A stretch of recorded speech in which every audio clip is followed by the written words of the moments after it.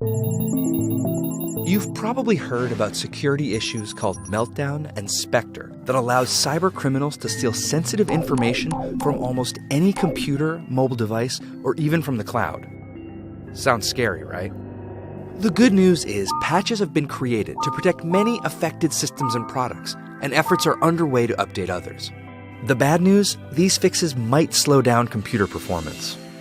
But where did these threats come from? To answer that, you need to understand a behind-the-scenes process called speculative execution. It lets devices do some work ahead of time to speed up routine tasks. But it also creates a security vulnerability nobody expected.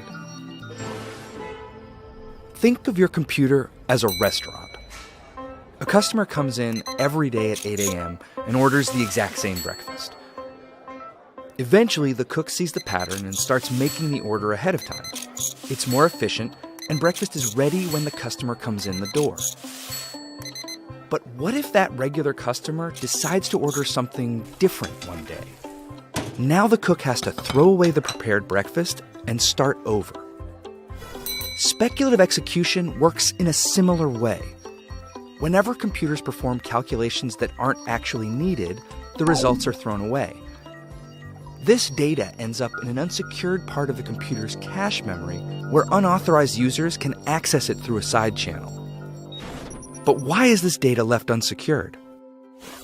Back in the 1960s, when speculative execution was invented, computers were very self-contained. Since there was no way to see the data being thrown away, nobody thought it was a risk, and it was never secured.